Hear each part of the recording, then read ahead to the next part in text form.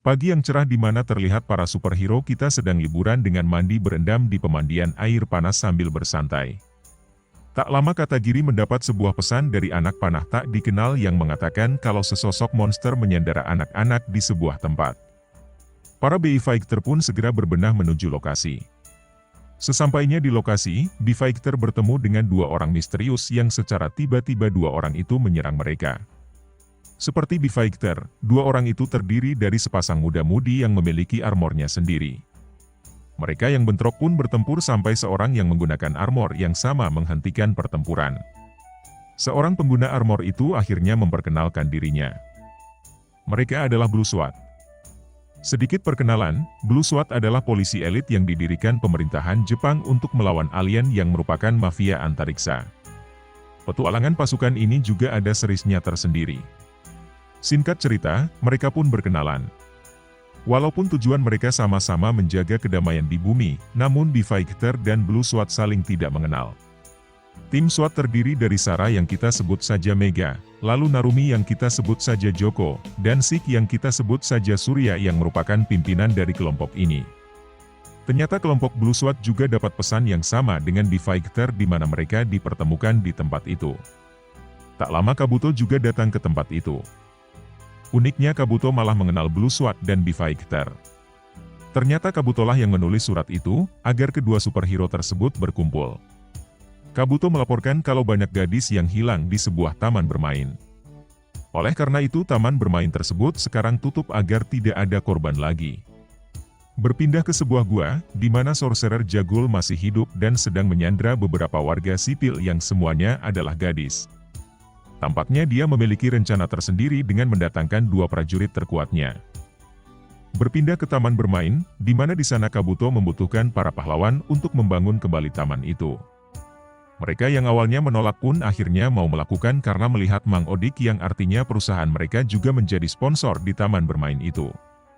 Tak lama datanglah seorang bocil yang ingin main ke tempat itu. Namun anak itu dikejar oleh kakaknya karena taman bermain itu telah menghilangkan beberapa perempuan. Namun Takuya berjanji akan menyelesaikan masalah itu secepat mungkin. Tak lama Mang Odik ditelepon oleh rekan kantornya, di mana ada informasi penculikan perempuan oleh sekelompok mafia. Para pahlawan pun heran kemungkinan ini adalah ulah dari antagonisnya Blue SWAT. Mereka pun mulai mencari keberadaan sang mafia. Tak sengaja BI Fighter melihat kakak anak laki-laki tadi yang sudah tertangkap. BI Fighter pun mengejar mafia itu sampai akhirnya terkepung. Namun siapa sangka dua orang mafia tadi memiliki senjata canggih dan membuat para pahlawan pun kalah. Mereka pun kabur dan datanglah sesosok perempuan bernama Queen. Sosok Queen dikenal baik oleh Surya sang Blue SWAT. Belum diketahui ia adalah antagonisnya Blue SWAT juga. Queen memanggil beberapa monster yang selama ini telah dikalahkan BI Fighter termasuk dua mafia. Dari kejauhan, muncullah sesosok pahlawan bertopeng ungu yang bernama Jan Person. Jan Person sendiri memiliki serialnya sendiri di luar BI Fighter dan Blue SWAT yang bernama Tokuso Urobo Jan Person. Sangat langka ketika tiga seri superhero berada dalam satu scene dan dalam satu cerita. Jan Person mengaku datang dari dimensi serisnya sendiri untuk mencari mafia kejahatan. Karena sejatinya ia adalah detektif robot yang diciptakan oleh penciptanya. Para superhero pun berubah dan mulai melakukan pertempuran dahsyat dengan Queen dan anak buahnya. Pertempuran dahsyat pun terjadi. Saat itu juga Jan Person mendapat pesan dari seorang yang berjalan dari kejauhan. Ternyata ia adalah musuh bebuyutan Jan Person sewaktu bertempur di dimensinya. Villain ini bernama Bill Goldie. Saat akan bertempur, dari kejauhan terdapat tembakan yang diluncurkan oleh seorang misterius yang bernama Gun Gibson. Ternyata ia juga rekanan detektif Jan Person untuk menangkap Bill Goldie yang kabur dari dimensinya. Pertempuran semakin seru ketika semua para superhero dari tiga series yang berbeda melawan supervillain tiga series yang berbeda juga. Tembakan dari Bill Goldie membuat para superhero terdesak. Hal itu dimanfaatkan oleh Jagul untuk menculik Mega dan Mai untuk menjadi tumbal persembahannya. Jagul pun membocorkan rencananya kalau perempuan-perempuan cantik itu akan menjadi tumbalnya untuk menjadi sesosok makhluk jahat yang abadi. Di sana bocil yang tadi juga melihat keberadaan kakaknya. Di markas Jagul, terlihat makhluk itu sedang mempersiapkan acara ritual besarnya. Sementara Beyel Goldie dan Queen tampak terlihat adu mulut dengan Jagul karena bayaran mereka yang dikorupsi. Berpindah ke markas B-Fighter, di mana mereka mengatur strategi untuk misi penyelamatan Mega dan Mai. Gun Gibson dan Jan Persson juga bersedia membantu mereka. Sementara di markas Jagul, Mega dan Mai dalam keadaan terikat dan bersiap untuk dijadikan bahan ritualnya Jagul. Namun Mega berhasil memberi kode kepada Mai kalau ia membawa senjata untuk melepaskan diri. Tak lama Jagul dan dua mafia pun datang untuk memulai ritual mereka. Tidak dengan Queen dan Bill Goldie yang sedang membicarakan kudeta. Scene beralih ke B-Fighter dan Kabuto yang sedang melihat bocil tadi di sebuah taman. Takuya pun berjanji akan menyelamatkan kakaknya serta akan memperbaiki taman bermain yang sudah sepi itu. Begitupun dengan Blue Sword dan Jan Persson juga akan ikut meramaikan jika taman bermain itu sudah dibuka nanti. Tak lama mereka kembali diserang oleh Bill Goldie dan Queen beserta anak buahnya. Berubah ke wujud aslinya dan bertempur dengan para superhero. Hal itu dapat dilihat langsung oleh Mega dan Mai. Pertempuran itu membuat perhatian Jagul teralihkan. Sementara Mai berhasil melepaskan diri dan melancarkan serangan pada Jagul. Mai mencoba membebaskan Mega, namun Mega menolak dan meminta Mai mencari teman-temannya dulu. Pelarian Mai tidak berjalan mulus karena harus dikejar oleh anak buahnya Jagul. Di dalam kesunyian kegelapan markasnya, Jagul mencoba memulai ritualnya. Sementara di luar pertempuran superhero dan para villain pun masih berlangsung sengit. Mai pun datang dan memberitahukan fakta pahit sesungguhnya. Melihat situasi yang tak memungkinkan, maka Kabutolah yang akan membantunya untuk menyelamatkan Mega. Sementara pertempuran superhero dan villain terus berlanjut dengan menggunakan senjata tangguhnya masing-masing. Kekuatan senjata gabungan itu membuat Queen dan Bill Goldie terdesak sehingga membuat helm bututnya Bill Goldie lepas. Sementara Mai dan Kabuto telah sampai ke markas Jagul. Dengan sedikit serangan, Jagul pun teralihkan. Maka dari itu dia pun menyelamatkan Bu Mega. Sementara Kabuto melepaskan sandera yang lain. Berpindah ke kelompok superhero dan para villain yang tiba-tiba saja disambar petir yang kuat.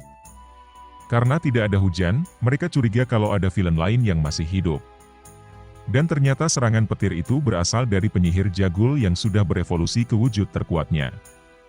Alangkah terkejutnya para B-Fighter dan lawannya ketika mengetahui Jagul telah menghisap kekuatan dari lawan-lawan kuat mereka selama ini yang bagian wajahnya melekat di seluruh bagian tubuh Jagul. Termasuk bagian tubuh Goum dan Blackbeard.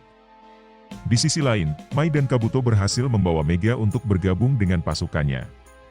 Alhasil berkumpullah semua superhero untuk mengalahkan bos terkuat ini. Yang tak disangka, Jagul menyerang Bill Goldie dan Queen untuk dijadikan tumbal kekuatannya juga. Setelah upgrade power yang cukup, Jagul membawa para superhero ke sebuah dimensi. Di mana di sana mereka diserang habis-habisan oleh Jagul. Satu-satunya cara adalah mereka harus keluar dari dimensi itu. Jan Persson melihat celah portal untuk keluar dari dimensi, namun portal itu sangat kecil. Mereka semua pun menyerang portal kecil itu. Meskipun seluruh kekuatan senjata sudah dikerahkan untuk membuka portal, tetap saja portal itu hanya terbuka sedikit dan tidak memungkinkan untuk keluar. Jadi mereka sepakat untuk mengirim Takuya saja keluar dari portal kecil itu. Mereka yakin sosok Super Blue Beat mampu mengalahkan Jagul. Takuya pun keluar dari dimensi itu yang merupakan bagian dalam tubuh Jagul. Awal Takuya diserang habis-habisan tanpa ampun.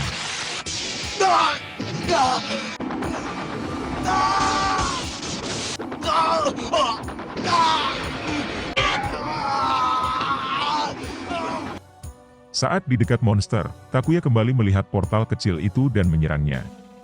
Alhasil para superhero yang ada di dalamnya pun keluar dengan gagah berani. Akhirnya sampailah di pertempuran puncak, di mana perwakilan dari B-Fighter yaitu Takuya berubah ke wujud terkuatnya Super Blue Beat. Sementara dari kelompok Blue Sword, Joko menggunakan senjata terkuatnya. Begitupun Jan Persson. Serentak para ketua superhero ini menembakkan senjatanya ke arah Jagul sehingga ia pun terkalahkan. Para superhero dari series yang berbeda ini pun memenangkan pertempuran akhirnya tanpa kehilangan satu anggota pun. Esok harinya, diperlihatkan kedamaian dunia dengan taman bermain yang sudah ramai. Bersama Mang Odik, para superhero meresmikan pembukaan taman bermain yang tutup sebelumnya. Anak-anak pun bersuka cita ditemani oleh 9 superhero idaman sebagai maskot taman bermain tersebut. Akhir kisah, bumi kembali damai. Para superhero pun berjalan menuju tujuannya masing-masing. Di antara bayangan gelap dan cahaya yang memancar, terlahirlah pahlawan, membelah malam dengan keberanian mereka. Menjelajahi takdir dalam pertarungan abadi. Dalam gemuruh pertempuran, mereka bangkit, melampaui batas-batas keberanian. Walau series ini hanya fiktif belaka, namun pengarang menyelipkan sedikit fakta dalam imajinasinya. Yaitu tentang pentingnya persahabatan, keberanian, dan kejujuran dalam menghadapi tantangan dan mengatasi kesulitan. Karakter-karakter dalam serial ini menunjukkan semangat yang kuat untuk melindungi orang yang mereka sayangi dan berjuang demi keadilan, meskipun mereka dihadapkan pada situasi yang sulit. Selain itu, serial ini juga mengajarkan bahwa dengan kerja keras dan kerja sama tim, kita dapat mengatasi segala rintangan dan mencapai tujuan yang kita inginkan. Sangat berbeda dengan kenyataan di mana orang yang memiliki kekuatan yang akan mendominasi, gimik kejujuran yang ternyata adalah koruptor, dan tidak ada yang namanya persahabatan jika sudah menginginkan sebuah jabatan. Sekian episode kali ini. Tamat. いつかまた会う日まで重工 B ファイターそしてさようなら